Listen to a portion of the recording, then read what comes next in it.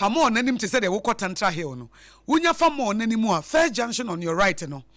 Eko Dome Market. O de opa men ofa where do beba de oba opa men fa ho. Na wabo wanim kakra bi. Na Second Junction on your right no amane afa ho. Uba on se Eco Bank bi ewo ano ho. Unya wuramu a emfimfi ho no a. Ene wo ana wo de Google Map unya bo Sompa Accra Watermelon Street. Ebi so omo bo Green Hill Street no a. Ene eba wo de onya ka Sompa Accra Watermelon Street e de obeba. Na sene ebe ya mo pese mo ni ye adwuma. Na mo pese mo hu ye rate card ni ade no. Enye den ma wo se bia wo me ba dome Watermelon Street no. Ye wo ye client service line wo ho. Na wa frɛ wutimi WhatsApp nso ma ne ye. Eye 053 188 6216 053 188 6216 053 where ye Sompa Accra ye client service line 053 188 6216 odofu bi ebedi ne birthday now pese birthday no ye come out with the pictures kan we wi na twa na send the amount e wo WhatsApp now they got two status say me kan na say obrimpon kan na apamo kan na akode kan adwe kan bake kan wo hene yire kan e de amawo a emu bia na say mango day e kan de amawo ana say abena ruti e kan ma wo Sompa delight ana say bia emu bia eno no de fa 053 188 6216 and I say Reverend Professor Joseph Osafo Dunso na enwe hyewa 053 188 6216 na wodem kama eno Sompa Accra ye client service line no na Ghana today ye de brewa no pay time heba mesha edro papa bi a itimi ye ho adwuma na time mesha and capsules Hajia special local foods a konkontia preference toza fi watch ene holiday wo pese ojuju ho a na wa frɛ na delivery guy na dia bible pem ye the number ne betudwa ene ye good friday so na harvest praise you know the restoration edition so Akosua ye 3rd April First Love Center East Legon 4 p.m. pepepenti ene ya fofie de wutie Sompa na wutie Sompa delight awia ne wie ne point 3 ne na ya wadwen se wo pe ba bia obekwa kɔ hye ho na worship and praises bibia Akosua a Tego Sisters perform PSA Esther perform Timiternity Harvest Gospel Choir ene bomodia na enu akra mo ba ye ombebo nkomo no se hona ye ma ese hona ye ma nti we kura ne ukoka se nkrofo nkobo star 725 star 1155 na ya hadwen kasa natural mineral water abuju nsu ena sciatica originator 21st clinic omo ena eboa ye amyede Ghana today no aba wonu aba Akosua Aboagye Akosua nhyira de nyame hyira na matena se saa nso na me adult children ne mienu wa ha me wo Apam Dadaa Adwoa ena Adwoa Asare future esquire abedafo me muma kwa ba wo ya jo so mama me na bibia boko de na me hu ya mobo mo word na we use ye no me de pa nyame hu ye mobo no nokre de ntia me de ne se ehumobro nti ena nyame ema obeye nipa bewuma eye humobro nokre o hese de na bonsam ogro ye ho atopre ne demonic oppression bi a ye da no a o se enkrofo wo maso den mesasofoi wo maso den but menni wakodi hwede yakobo omo so na mejama akoyi ayi wo mu se ya akoyi su ni timode wo ye wicked devil onfa nche wo ye bad devil ena Bible say whom you obey becomes your master de wutie no ono na be ye opanyi eti yakotie ne de a ena say ono ne ye master eti de opabia ne be ena Nyankopon no so kra wo wahyemra ma ho say de obeye bone ne se so wu yensu so ye wuma ye hu enye ye fise bone na ba be wura ye mu eti gise obi a bone ni mu ye wu kra ye wu enye ofe sa once one assassin so bone ni ho obia enti ne se ono na bone ni ho no obeye bone eso onu nkwa na betimi o qualify so obewudi amaye enti Easter se kira no nyame obeye nipa okay ebi so onu nkwa na boni eni no tina wa ma anya Adam's sperms no because Adam's sperms na corrupted eti won kokuru no bowura Mary because na ohia asase we so na pam mere kra hu ye no onyem apam unim yenti asase we so no nyame no o se nyame no asa wono ahyehye mra wo eti mra na kyekere wono anso nyame no etimi di ono a nanka wabɔ se woni honam a asase we nya wo dia untimi ma haji se wo honam okay eti wa honhom bebre etwa ehu ahia wo but omu ni honam ti ehu omu nti obetimi abaje ofa honam mu tese ofa honam ti nese se obeboro mere honam but sperm se no wompe Adam de no because Adam de no ye corrupt eti ba no ohia womb eno came free mu ba because ohia flesh no so no ubenya wo ba yam okay na nya no akwa free awu ma mo twen we shaka se eti ye nipa ohu eti no se who is yesombo apam ahuhum nyina ni bere ye no kre because huhum bia ntimi na ne ho di without flesh spirit of anger wo ho aye but ntimi find expression just wonya nipa bo awura ampa spirit of lust or ho but ntimi find expression ntimi manifesting ho wo hia flesh and some ntimi manifesting ho spirit of insanity abodam or spirit insanity ntimi manifesting ho just wonya flesh onya honam and some ntimi abo awura na wo nwura dua nso gi nipa na dua ko wura dua de na obaye dua saa na obese no but obowura nipa dia then obetimi am manifest and nipa nso no omotan ye dada okay because ahonhom ni nyina ni bere ye bonsam hwease no se wo ba no no osesa wo soso di so be and omo nyina aba omo nyina nso tan nyame and omo nim se de nyame nso do ye nipa nipa de odi mfuturo ye no de odi mfuturo ye no de nyame do enti se omo pese omo hete nyame a ewa no omo fa ne omo de be fa nipa so na nyame aye nyame ya wo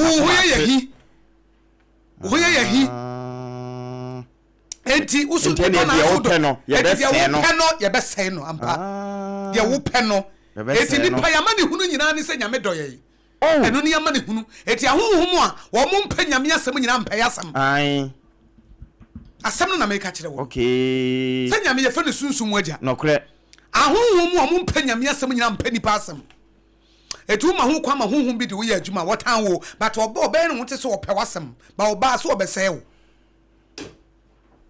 ahonhom atwa ye ho ahia nyina mpa yasem je nyame honhom ngo a obi ya mpa yasem mada woni se saadi nyame hyeda ehye firi wiase mfiti ase se na good friday kan sa asem we wiase ahonhom e wo wiase nyina mpa yasem efi se nyame pa yasem nti ye ho wo rebelling against ahonhom rebelling including Lucifer no a wo rebelling against God no so no wo ba no the three tests of the angels na everybody omo nyina mpa nyame asem ena nyame so se nipa no odo no eti so omo pese omo nya nyame a nipa so omo nefa ena yenso so honhom nim de ye wo fom eti e ma ho kwan ma sa honhom nya omo lio ye omo de fe ye ne agye atom na omo manifest ya fayemu eti bi so memma spirit of anger enyusu okay entie wunua na wo de apam ya na ya obowura wa na wa ma wo de ahawunua ampa apam mibufu a na mididi watema me hawo ai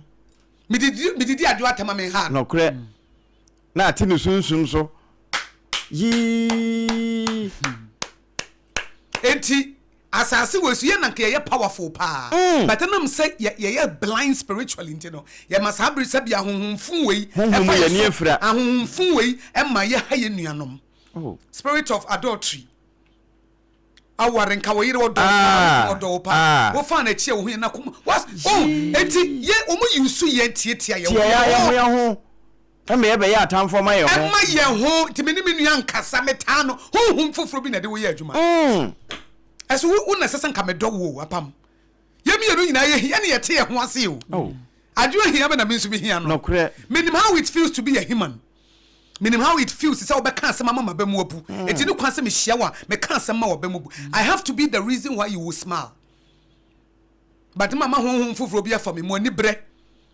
has worse ni matuchi kama ni madidi watam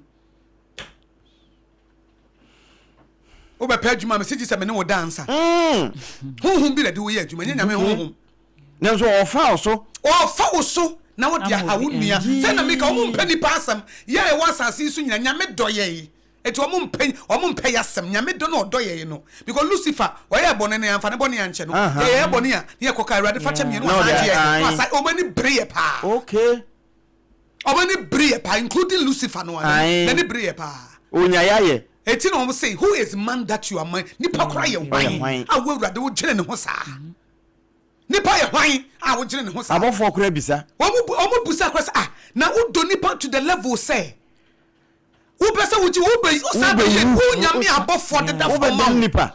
Who be nipa abeji ni muguasie enkrofo we kra abeji wo mo kra na say oh. But what's meba me do wo muntia. This is what we call love. It is ye ka Easter. We are talking about love. Love etimi mo be go to this extent for God to become a man. Etina Philippians chapter 2 ebano. He is equal to God, but he did not count himself. But what the Dani ni pansa. I don't think I'm dia a brood in us. Oh, dear, as some whom Nina Coto. Yamena, one number no share and number and swatch a children. It was say the wages of sin is death. It is my bonus as a move. And think Cadionia bonnet that you were saying. Nanso, and untin ma a Christo for young religion, a different no. Okay. Young one, your authority. A trust spiritually, a Timmy Casse. Yeah. And a just man died unjustly. A just man. Obi a 1 year. When you're bonnet, yede bonnet, empty and then what? You cannot accuse me. Okay. Obi a befa. Me bon somni nyina somni nyina ye ne yedam fua obi ante say ye asomni nyina ho amuna wo mu savior wo mu leader na ebe wuche wo mu nkwa religion bay na bia ni ho religion o de bo religion bay na bi ni ho omu leader omu founder ebe wuche wo mu nkwa except Christianity yenko a obi na ye nyepe yenso ye tumi ka se nyame no eh ya apam wo de busa say religion bay na wo wiase a wo mu leader na wo mu ginidi no Odene nkwa beto ho ma wo obie ni ho a wonya bisa yenko a omunyina de ne elite ye de ne na enye elite yenko a okay ene wo bewu ye ma ye de ne krato ho ma ye e fa ye bone so aye ene odene tene ne cha ye e otimi ka so ne kwan no kore ne nkwa odene tene ne ene onu so nko na wu ya wo sore ye sa religion akanya ho na omu leader wu ye sore obi ya de ansore yes so historically archaeologically bibia me your evidence say ya jinkwa ne wu ye no sore enti ye no yenim ne ye yenim ne ye wa enka ye mu ye ho abofia yenim ne ye wa enka ye de akokodro be wura baabia ne ye gina mu e de ama ye master no eke be gina mu ama ya jinkwa no because he deserve it all. He deserve all the glory. He deserves all the glory.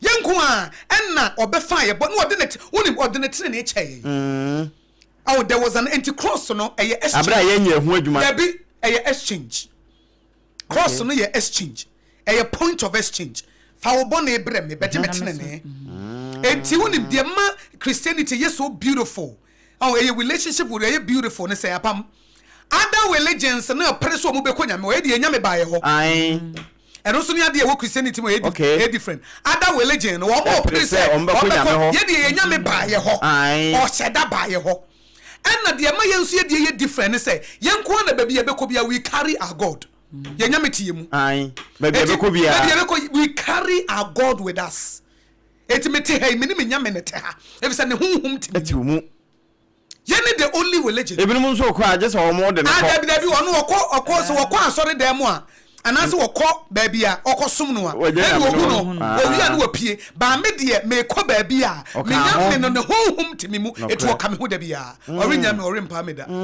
ye dam sonko obi ante say ye ete na ni bre wo ye ho no ba ye nim ne ye wo enti ya ne ye toto ye ho ase so wo ye Christo ni now you know who you are in Christ if you know who you are in Christ emo akokodro not in yourself but in your master and my confidence and courage be oh yeah emo sa ho nyame mu and na wotimi say I can do all things through Christ who strengthens me when I catch him say me and you know sir dey bia wo do won sa besom ne you can fail oh yes you cannot fail Untimi nim kukuoda unless you don't know your God. Until Daniel 11:32 can say, those who know their God, they shall be strong and they will do exploit. Wouldn't nim nyaminti and ya upu ho bofian. Wouldn't nim nyaminti na mo obi kasa kasa kire wo rofo. Na wa boto no. Wouldn't nim nyaminti na wo abusive relationship mu. Okay. Wouldn't nim nyaminti and na mo obi akasa obi disrespectful. You don't know God, you don't know who you are. Wouldn't nim nia wo ya. Wo confidence ni eni wo mu. Da bi.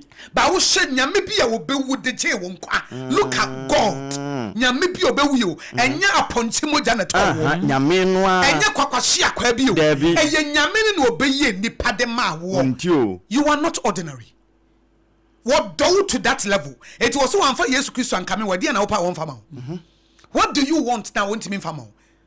Ba ma me kwama ni nsie you. Okay. Oh, now you be a sign and a wonder. Enti a Christopher what there?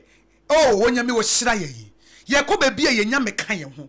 Ye nyame ne bai wo wu ye no san sore. Na ye nyame ne wo do ye. Oh, ye nyame no wo kura wo nyame ne treni ne kye ye. Na pom nim de efe. Wonim se treni abrabo no wo de wo ho to ho so untimi nye. It was the amount as a gift. Okay. No aside the home ba betina wo mu. No de na dom na kan ho. No otimi abotreni abrabo. It was the kind of amount as a gift, then you walk it. Okay. So what you say? What the kind of amount as a gift? Now fe now they are nante. Now wo nante so nya nkwa na wuko. Na wo mo so eti wo kwa na nkonkro no tete Akosua wanka say Adwoa wanye ne ye go and apologize. Okay. Na oh tete no. Abra nya obi na betufo. Debi. Bo so ono futufo na tu mu no. The wonderful counselor no ono na tu mu no. Oh, the wonderful, the King of Kings. On one two muno. It is Obama who quite they are. The whole no two muno. We are dear na ye be control. Good. Now no can there be Apam we the one kopa oyere chow. There be utsimu ya ye din. One can say because who no na bano e gentle. Eno na obo akura na owie ka jo san frɛ na krokro na katuna sa krokro no na se nyame hu ntu mu eno na wo bie wono na wo kan sam kire obi na ankoyi a wo se kone frɛ na kopa na chow wanya ade asam na wo kan no it was ankoyi papa eno na wo ye wadwuma basabasa se da bi enka wadwuma nka ba ne sa sorry na ko ye hu mu na tiwu mu no eye odo eti da bi o make sure say nipa bi a obehia wo beda wodo adi edi ama wo eti Christopher your responsibility ni say people will see Christ through us because ne honhom tie mu so people must see Christ eni kwan say Jesus Christ san ba asase su obi pe Yesu a ese so hu ye Kristo ne no ano no sabi pe se me hu se de Yesu sitia ma me hu Kristo ne no wasan hu na no wasan okay said not it no mutimi ka say wo ko wo pese ko hu nyame na hu bronia even though ya tro de but ade no say e ka wo hia wo panyame na wo hia Kristonia enka no ano wo hu Kristonia onante wo dom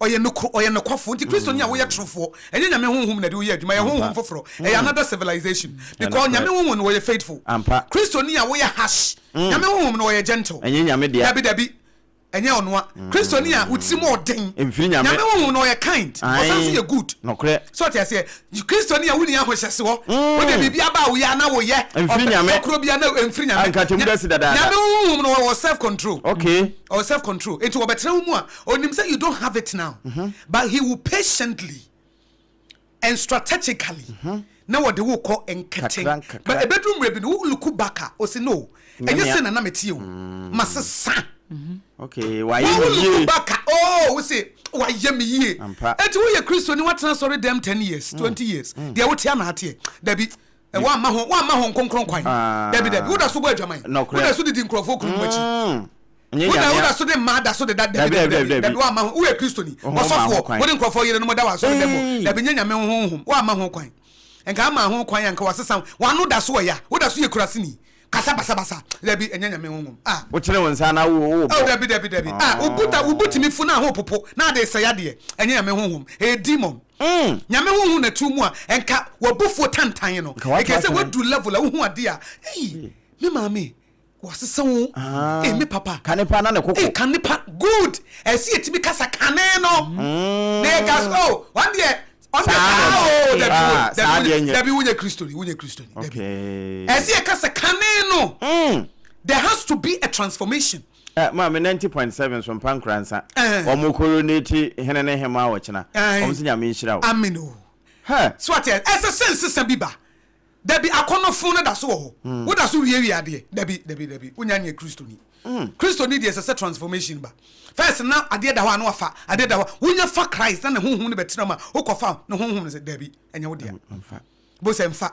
No amma wa hoden. Ene ye fa ni grace no. Grace na ne ahoden no. Ye fa ni divine enablement. Okay. And empowerment. Bo say, "Wo bie wa no first no nka. Eh ya no wo to am obi. Wo timi to chick. Wo ye so baby ahonkonko no. Wo tumpo wi a bo say, "Why basa?" To bo say, "Apam fache me what man ka say yi." Oh. Bibi sese bia ba. Aba. Ba say na wo so ntimi mpache wo. Sela wo tiri mo de wunya sika wo de mamma wa bontiri mo ma wo yiri bi. Debi. Wunya Kristo ni. Eti Kristo sum no enye title, a lifestyle. Okay. There has to be a transformation. So wo chance say wo ni nyame nante a, e se ni pa atwa ho ahia no, e hu sensesa bia ba. Nti enye spiritual anko e san ba physical. Eye physical. Okay. Eye honam mu no se wo ne honhom na betere mu. Eti wo ye adwuma de afa wo mu. God is expressing himself through you. Okay. God is expressing love through you. Expressing adwuma honhom no amana de do wo honamani. Eti ko sorry Sunday after Sunday enumre bia. Na still no a wo kasa nye. Still no a wo mu ade. Still no a wo taso committee adultery. Wo ma hon konkron kwan ko ma ne kwaya enka grace bi beto wabrabo so. Okay. Na obedience bi be ye adwuma. Ama niema bi wa wo bejejem. Eti o ma omunnim no when they see you. Ombe hu nipa foforo. Ombe ka say wasesa and na wudi mapam de na eye bonus wo mu no.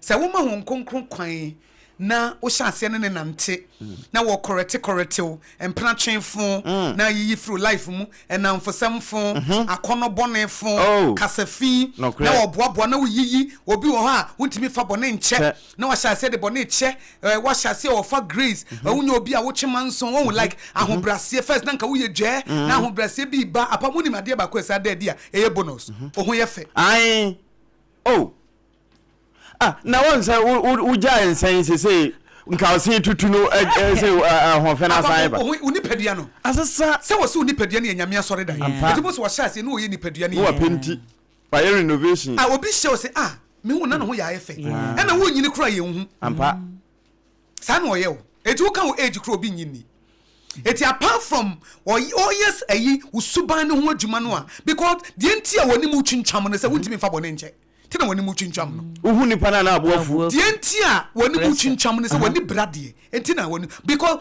sin is a reproach sin say ni pedia no the entia wo twincham no woni asomdue no kro no ntia atro me fa yi say o mo I am shishie o say what atro yi madam kan ya de me kan wate ana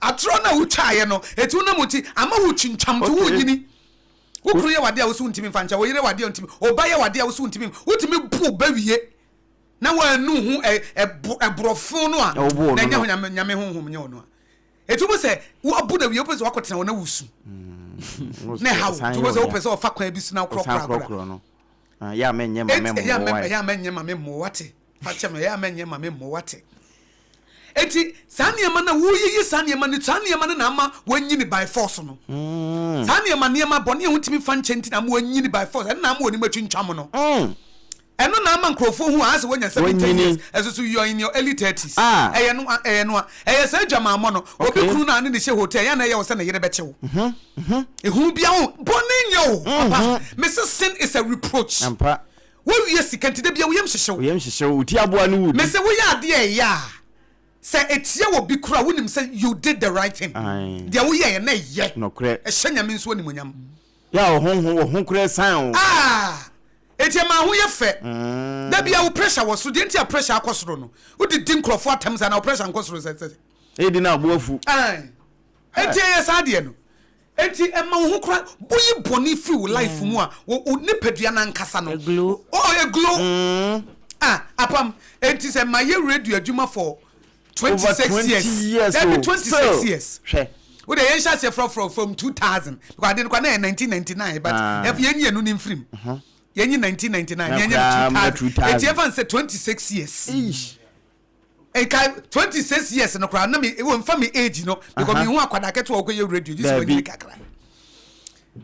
enti wo hwemu abehwe ba bia metwemu we imagine time na me kowura mu ne 26 years ne kabom ba wonim say na metimi hia me age mate bi wa oframe a unhuno ansa na wa beka say wo say me no ne call junior high school me say sir but me so me tiwe ma wonum eso hwe kwa no wa wo miensa bonni say ni pedua watchintwam me tiwe high blood pressure me ni bi pressure kwosoro adwen papa nko a me ni bi me she ni pa bi the first thing e ba ma dwene mu ne say me ye wo papa the first thing e ba me tiri mu ne say me ye wo papa na de mo e de na metimi aye de abo the first thing e ba me tiri mu no e de na metimi aye de abo that's the first thing e de na me hono ma twintwam na twintwam ba wo sia wo bia the first thing e ba wo tiri mu ne say wo be ka de e be ye ya any wrinkles be ba pa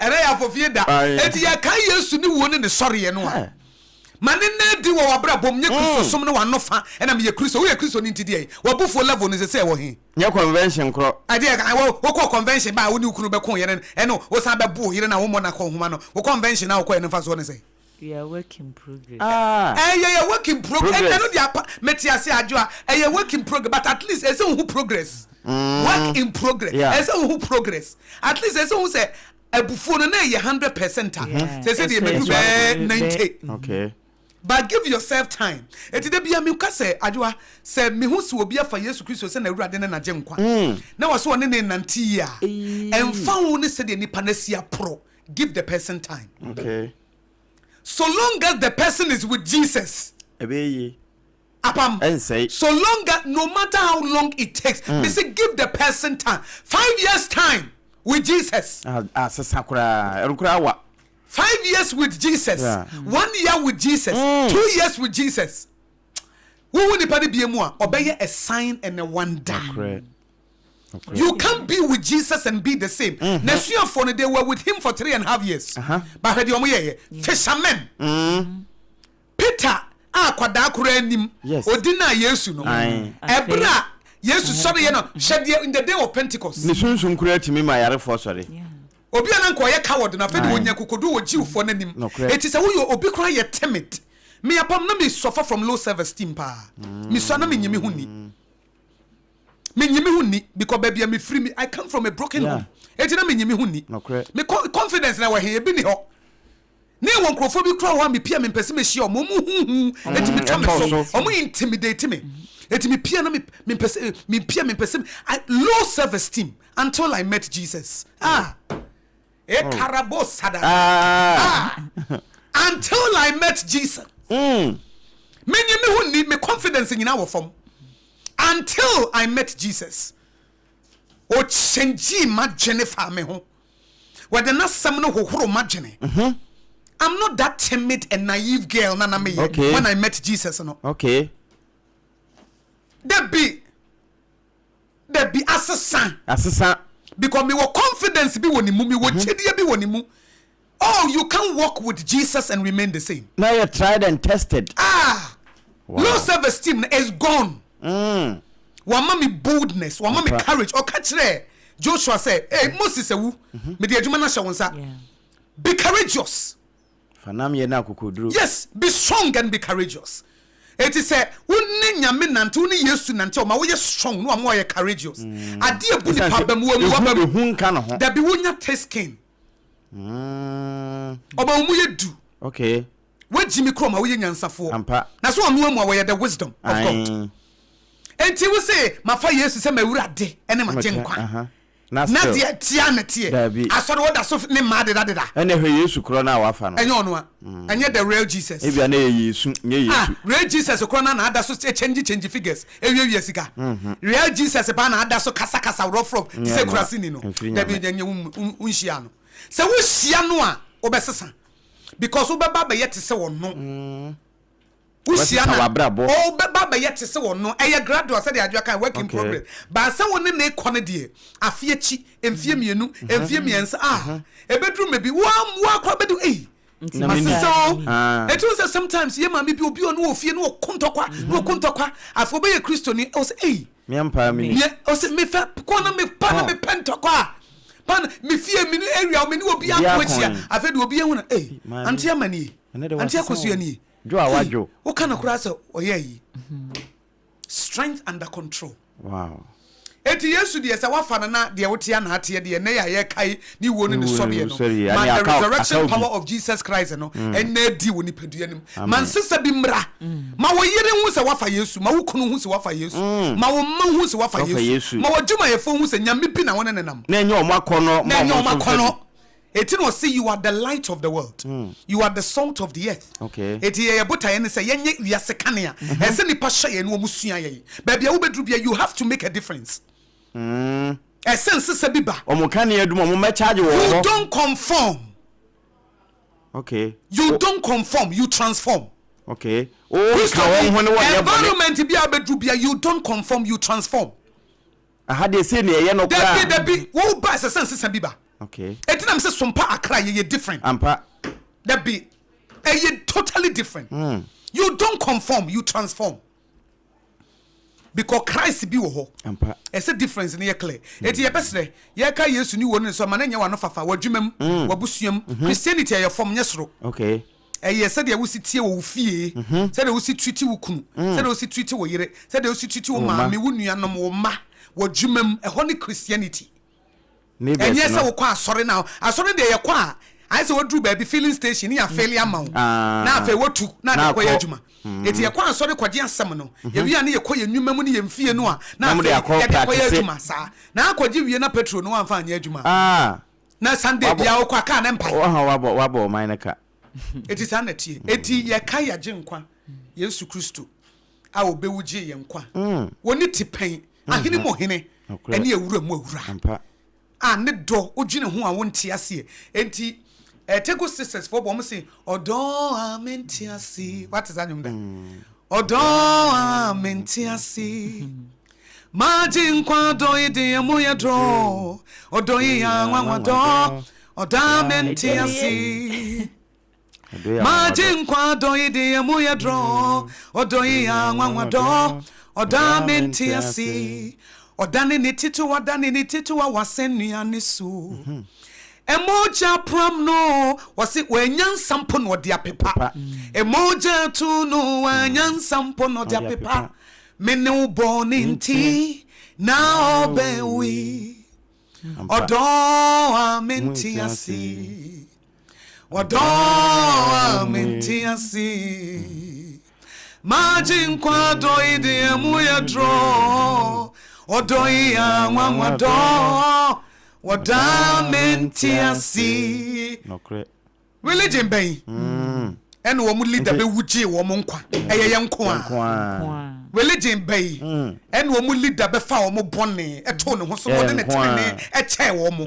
Etini ye ka say I am the righteousness of God in Christ Jesus. Me ye nyame tene ne wo Yesu. Wo Yesu mu. Etini etimi dia kokoduro ekọ ahemwa nanim. Because ye appear na wo betimi apie nyame ani dabi konkunu wo betimi apie wo se wo tire ne kra etisa etuma wo ye de ko ba ye nya pie wa henwa nanim a wo ye wo Yesu ampa moja na pram atse ye ho moja na tinti ye pie pa nyame se shere ne konkunu Yesu konkunu no he na tene ne kro hu ye me fa de na ape de na hia de na menya ma wo moja bi adware ye adisi moja moja nkeka wo bi enim moja we die we are the children of the covenant sa moja na pam no ampa etu say ye fa communion wa sorry dem a ye ka say Yesu the night where he was betrayed and wo fa cup no or fa bread no say this is my body broken for you we no me honam. This is my body broken for you. Well, we are no far, you know, and was when you Apam for no. Apam Dadaa Adwoa, we are Bonia, just so high priest. Now, cry tabernacles, I won't be more. Protocol, no cry, boy, you will die deco. You will die deco, but a nedia, Apam, yes, so much an there be I, you fear, me or bathroom, me jare, me or kitchen, between Yamekasa. What a religion. I don't need a dime me yesa me kwa so dem kwasiada anopa awia enumere anajo dabia metimi nyame kasa I can enter boldly me kwa ho hia mu a me Awurade hu me mobo metimi kasa Awurade hu me mobo na wate no we hu mobo pompa ye wo Yesu Kristo di mu ejanete ya fa ne wo benyampo da bia Christianity me fa no wo benyampo adwa pa ne brofo ma me wo benyampo kura be ka ne se wo benyampo apam pe ne brofo ma me esquire balo mu a wo benyampo brofo date ko wo benyampo ayi was it there obi kaze there was wo benyampo obi was it unapo ubenyampo mame brofo ubenyampo Yesu Kristo ubenyampo ubenya se Yesu ye wawurade ubenya Yesu ubenya se Yesu eye waje nkwa ubenya se Yesu ye wo redeemer ubenya se Yesu ye wo Lord and Master ubenyampo no mo pene brofo mfa mame where say pebble edi adwa kakra ba na wonim fa Ghana ho vise ebotena ebo no ngochia Rhapsody ene ye beto ye nkomo no ye hyase enura no efa money loss no Ghana here prof ko convention intimate ne mama no say wonim say Pentecost of omo de eba ye so ye camp meeting kwaje asem no de aba na juada wabanti omo ko convention so sikasem ka ho edi we ni dem di twam ye preliminary but ene wom say ye ka Yesu idiwo ne sorry ye de so ene ye bedi sika ho nkomo e say wan kase money is the root of evil so the love of money Judas di ko yi Yesu ma nti ene ye bedi ho nkomo eti adwa news kakra be na munim fa Ghana ho na mfa ntudwa na ya je nkwa no de ye kai no a ye ni tie nko a nokre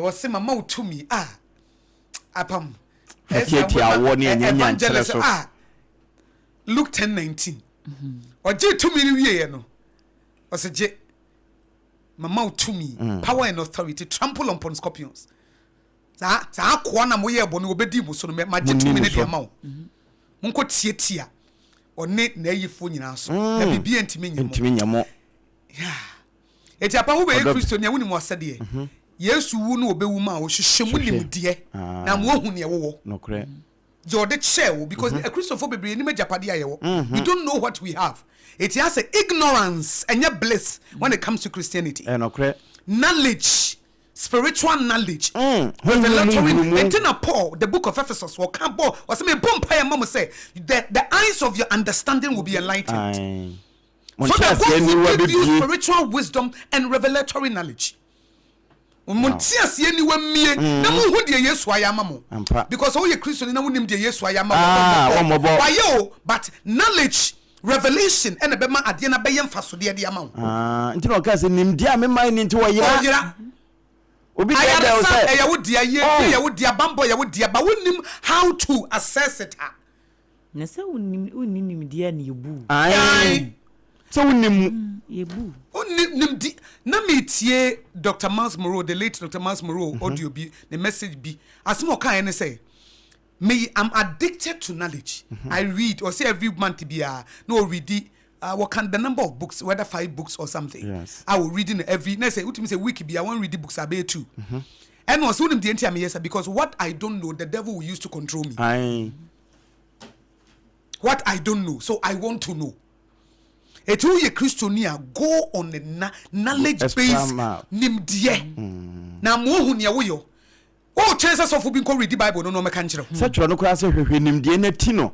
ye te se beria fo no wo be ka wi a no makọ biem obi wa Bible ni kuta no mi emu da ne phone kura Bible app ni so no atimi akenkan ehu de Nyankopon ka kire no eni so enti na so preach wi a say wo no de ye na de so fu mi no de mi preach ye enso na wo Bible onim ntia wo miem ono so wo ntie enti ignorance and your bliss when it comes to Christianity enti penim de go after knowledge so that the eyes of your understanding will be enlightened so that be obenya spiritual wisdom and revelatory knowledge na wo dia bobra revelatory knowledge so that be obo this and momra mo na fe ye mie full lines na ye ka we kakra bi 10 minutes bi ye tie oba adwa Ghana ye nhira ene holiday ya fie da eti enye den normal ne owo fie bia nso enya japade na no pay enti ema Yesu wo kakra na woni mu fa Ghana ho no fa to dwane yenko okay ene vindicate yen yo esanse mampani Jomahama say ayere so a May na Africa ye free visa no na sha say ye adwuma unya sori ye free ana akọ Botswana o kwa o to Ghana na utwam no ahano no eba sa ebe madwadie ne ne ntoto ye na atumi akọ nti enya nwanwa se Burkina fo wo ma left ban no anopai eno nso eda ha na nyina achi no Ghana launches National Shock Responsive Social Protection Strategy. Said the eba cyber security ene abonofo sama etoda ekokọ okoso ewo ye mpotemu na ewia ya ye nkuro mmabi kura wo mo ho etimi koka adwam na wiase nyina pa ne dodo na akondo so no eno na mpanimfo etimi alanche na eno so ye kwan a ye befa so na ewie mu nsakra ye betimi adandan no ne sade ye di esika ewo yabrabo mu no eno nso betimi agina ye enso eye de efa Ghana ho bia anopai ebetimi aboso ede ama yatiefo Esquire kutabi otoado ne de ese de se de yekọ no wo manya apam no esanse ne friendly matches ne nyina no amfa na mpanimfo akasa wo ho se ebeye na wo mo fa ya wo mo fa bibini kochi se de beye na wo betimi a onim ye hantokrontokro no wo be ya ma ye bibre mu hanso ye ball boko no ebetimi enya ene ye gina so enti Dr. Nyahotama Klose waka bi ye wura se Kofi kane footballer ono nso aka bi na afoforo nso de wo madwene etoto so se eba na sa anka ye pa ena ba bifo nso che se wo mo efiri ba bi ba na ya no wo mo wo abrochire tactics na wo mbetime ede apem ama ene abrofo no esi aga I mean yes ombe kan sa but Ghana ankasa mean who your problem and me henso ababi efiri ba na beye efi ho enye coach players na coach na semo because abrofu ye de bia ba ya fa local coaches nso no so ankoyi edidan bium ene yes say efi no na sanka beji efi sen na ya na sompa efi na oba ho de asompa nkwa na aba besom yo na ma memfa we nso so na 10 minutes here ke yemfam peke course no na otafo mrashe bedwani Vincent Kwasefua aboagye lawyer phobia no a yese womo da Kumasi Central Prisons no yebekwa akọ appeal womo cases ni nyina na ono abose ye ya pass obu ho no ma wodam enye se ebia nasem no na ebro so se sese wokokodamu ne mum wanya mranim ni papa bia ma na ntwitwa anye na nka nasem ama no ne ye de nakotum enti sankrofo no nyina lawyers ne be ye adwuma no free of charge e de ama wo mo a eno ye wono MP no na eye saa initiative no enti eno nso ho asem ewo ahanum se aye kasa kura no wose wode 20,000 Ghana cedis na aye seed fund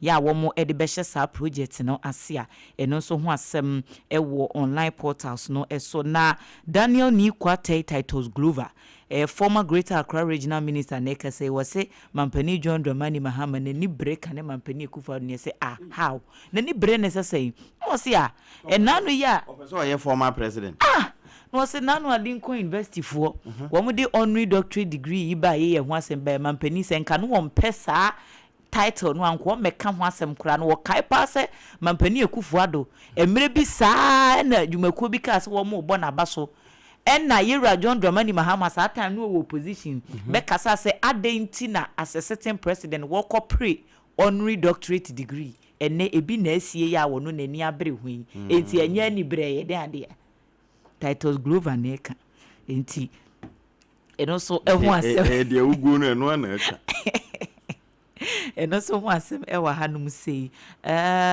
Fisheries Minister explains suspension of closed season policy say epononso womo chemu say womo betum na etimi aboa afare dwumedie no enti me fancy aka 8 minutes enti see befa course ne dia na na holiday ebetimi na ya fofie da 3 course bi na ebetimi am ebetimi 5 minutes kakra bia so mo so bia no obi be so asenu ya no se bia o pese o we si obi happy Easter bi and Good Friday bi na de memfa nye politics na de nka wo chia abusuafo a na nka ye fine na nka ye de enti ene no de ya fofie da nti yenye ne kama pa na Bibia koyi ti wana aba. Hello. Auntie Uncle, good morning. Good morning. Baby, Unyabema Anani Supplement. Ayo, Supplement Sompa Anan Maminti Wanope. Yankupon Onshiramo. Amen. Stay. The dear Monitre, dear Yankupon Mani Shirakwan and Famam. Emino. And the place so Memfa Koy, Saname, we say Mema Mehana, our man Kessim. Beneza Matadis. No, we show me Papa, Edria, Mr. Omunina, happy Easter. Yankupon Onshira Omo. Doma Brewer, your home, Nina, Yami, Omani Shira. Now the Prima we say, Honorable MPR or Massaman. Easter, yet is also the kind of constituents for him, and more Eddie Stano, Yankupon Shano, on any EMC, and a margin degree, and also Yamano. Easter afofida Yankopon to Supangusuma Muhina. Muhina Siama happy Easter. Yeah, that's it. Yamishra on Sopa. I hear Sompa 106.5 FM Accra. 0260196064 and 0260196065. And a special edition Edema Jumedi Easter. And a Good Friday. You'll be a person who wish no now dear Bahele. Ebeni.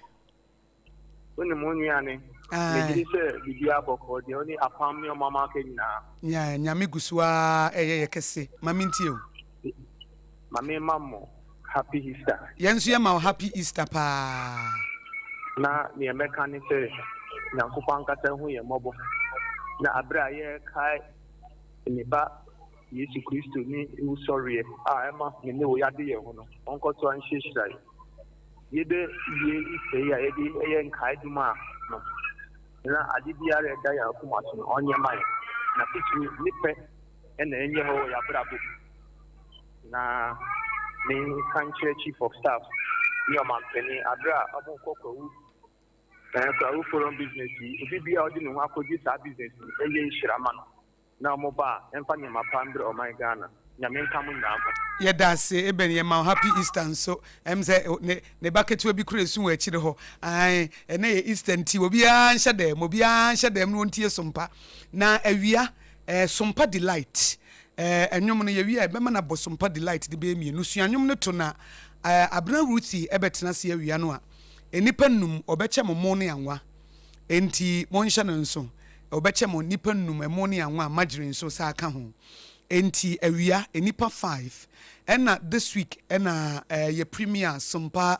Delight entertainment show no every day bia with the word of the day ba na adwada no say adwana eno ye hiatus na ebenada na ere ebullient eni ye ebullient ena yes producer one Jeremiah hiatus. Okay, hiatus. Enna ebenada word no so na ye ebullient. Enna ukwada de na ye de. There be first one ye Tuesday. Okay, Tuesday. Okay, so Tuesday no na ye hiatus. Enna Wednesday ye ebullient. Enra word no. Kasa ne fa nani so. Enti ama or the ba ku bi ba mi so say hakun. Bibisa and what the buy say and no na nko pese ye ka ho asem the day before but inti emfa ne say two pe inti emfa hiatus no ene ebullient okay inti eno ne 2 words awaka and na Sompa Delight nyom no say wia otenase from 1 p.m. to 3 p.m. nipa 5 wo a wobetimi ato nyom no ana wobetimi akai 2 words ya mekan no akire ne meaning no obeche won mo ene anwa ena margarine inti yensha no nso sa na bia enkoso ye hello okay hello Auntie Akos, good morning. Good morning me pacho me nua be ma be ne mehia ni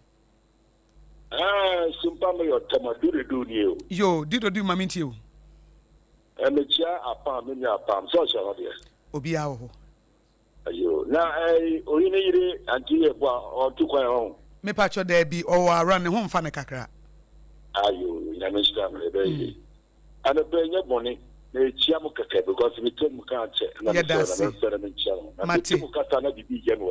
Ai temameyo. Ai temameyo does do the do say sompa so woni ye ho agro na wa fa sompa say World Cup. Nyame nhira wo pa.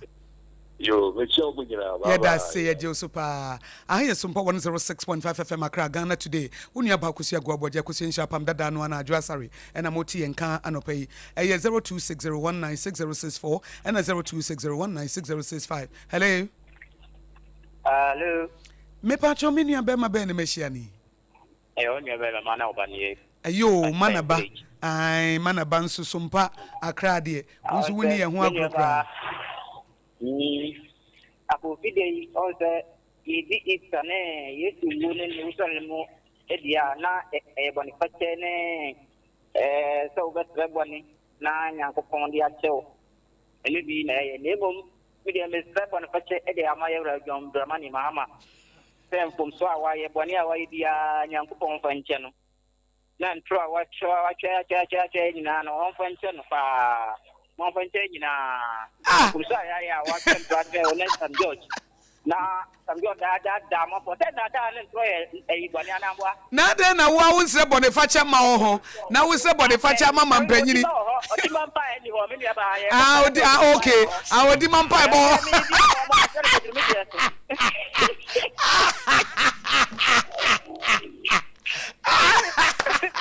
Eza anope wo yo di mampa bo edi ujira o my Ghana na mu ujira o my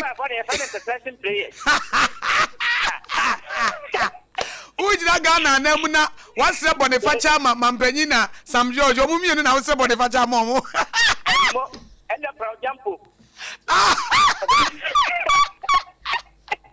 anope wo di mampa bo yi de odi mampa bo ko ye kramo wa ko ye mo e kramo se wa ngata wo bo amo ho Matias ye ayo ye mate mo ase medase abofida na mo baba se en kran na mo kan sama e bo boa yen atrayen mate amansen na se ye nyen boko ya boko ya burka akwa hifa ya ko tre ya busianfo kwan boko bu drama ni na odi woni mi se wono sadi ana odi se wo ni nya se chen ta ni pa na odi woni mi ochi no na wa ye kama ko e dia o kon tan wa na ye ni nyina ni isana na yate yes e ka ti mo busianfo nse nyakopon hye nyina kran no ho ya mobo mate ya da se wudi mampa e bobre no aso 0260196064 for me funny panum 0260196064 na 0260196065 and Easter Friday special edition Ghana today near day ma hello Auntie Akosua Nhyira Bemena Nachi mejuso ya frame sa akwadia Nra me frɛ Raso I am pa yeah you see Sompa ye damo se e won sempa de mayen anopa eni awia enyumre mpa bo eni adubia me mo happy Easter Honorable Bishop Richard Jeron Ahiagbede Adonai International Ministry Tema Committee 12 also for ba kope oye jaba kope osin Yesu Kristo na mkachiro papa ba kope na man happy Easter na man mi fearful na happy Easter na ma Sompa so happy Easter yeah na that's mi shiramo eni sempa e bia mo de mayen na mi shiramo yeah that's pa nyame nhira wonso yes yeah that's yeah de tiefo nyina ya mamu nyina so mutiri nkwa awie Sompa Delight Abna Ruchi etnase from 1 p.m. to 3 p.m. no a enipa num Sompa Delight adwom no mobetimi ato no obeche mwade na obema momo anwa na madrin na mode di Easter enipa num na 2 words no a eye vocabs corner wode emaye no nso wutimi ka edi either so obeto dwom no ana obetimi aka emu bia obetimi anya hello good morning me pacho me nua be na mehia ni Isaac in East Legon. yo Isaac East Legon Sompa maminti o And a very so at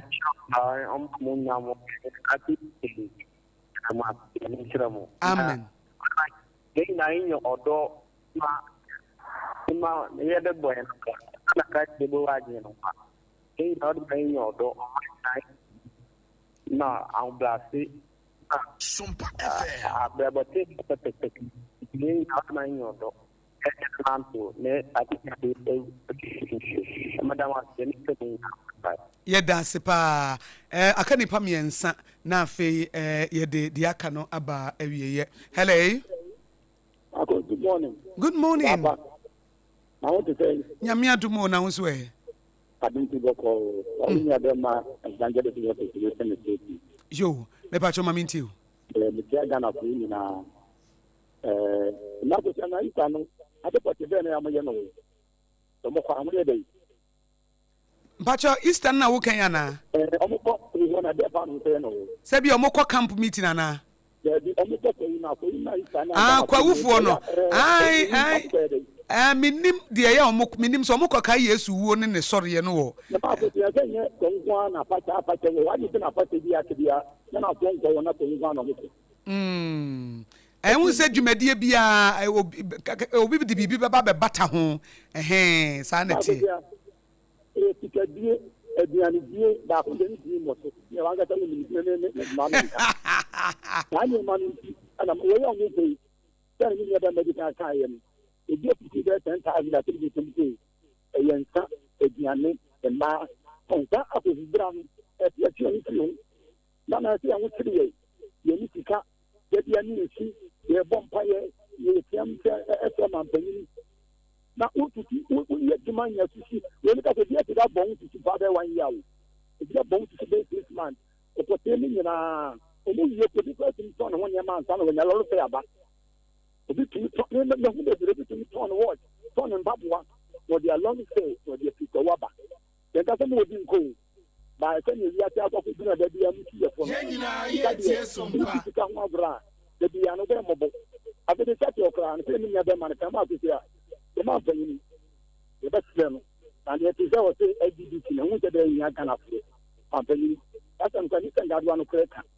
E ti se so wi kana ni dia things na ho mo a e mu na be ka to mo mpe LGBT no. Kana ha e fi bia no we pe.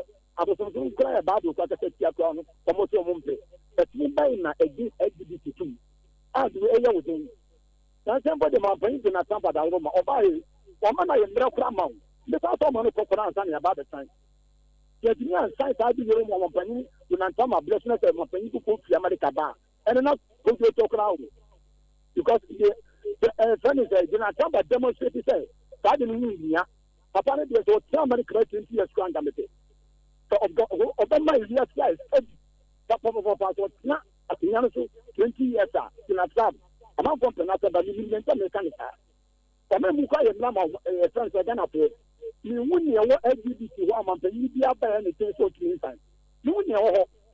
Papa said, my dinner one, you wouldn't know what. But you'd be up there anything.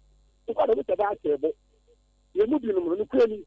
You have time to get them into a family. Then it's a person on the family time. LGBT president of many young people to say about it. LGBT, some of that down on here, Tracy, then I'll bring them to the Papa Nadio. Kind of every you are to a mama for you. Now, say, look out, LGBT. You say, you're gonna for your school is nothing in you. School is not there is a top side of the back. School will go, school, lesbian or they don't say and say. Mate, Medas Evangelist. Mate, Medase akanipa miensa na ene Easter edition no ye ma wa wehye abusuafo anipa mi no. Oh, okay. Hello. Yes. Pastor, good morning. Good morning. Many abema ben meshiani. Oh, David Akosua wa matrix me anu super. Oh, kafra facha me. Mami nti o. Me Pastor me friend say task force do me e from go inside. Okay. Do me dey say ye die mu a. Pastor say. Me say do me dey ye die mu a. Me do me ye task force do me. Okay. Yeah, me no more from go inside do me. Go inside. Go inside. Okay, Maminti go inside. This is what him tell me from Bronya Samanya, how man to me move on that. Bronya Freya Wanya. My front manya go inside Wanya. Auntie, Bronya Nana chair, a money and one. Wanya wo de. Me producer say domi ha go inside yes wo ya de pante na awia edipa num no aye be che omomo ne anwa no wo ye number 1 why etia eya fa ha beji because matis yes yes domi ho de wonni Sompa Akra ho agrokra. Oh, me fa di agrokra. Me go inside. Open program for hobbies. Go inside. Go inside. Mate. Me di no go inside. Aye, yes, wo boy ho ye dase. Mama ntie wadwenkyere. Thank you. Me pacho me mamuni you anope my good happy good Easter ama munyina. Ye dase. Me chia ye enabo ana ye MC Togwe Ato. Me manumuni you. Aka na nyina me de magana busia fo nyina. Mama bye bye. Mate me dase pa. Eji aka ba akopɛ na afi ye wie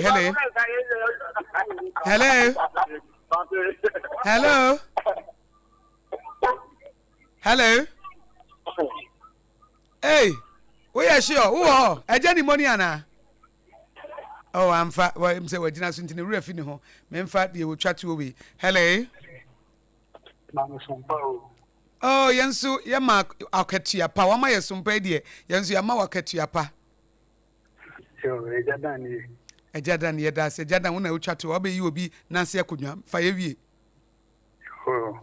Mama na damusano pese sana leso ye afifu fry right dia chai ya kwa betu yanti asemboni bia wasumpai onana yeda na fe na futu kakra mi be maga na fonse na kwa holiday driver for onhwe ye onko ye nsan no mu fanye bibi ko si ne fa ku mane ni mase ese se kana mind enya mi Israel mana ko si amedi sa abna program yo.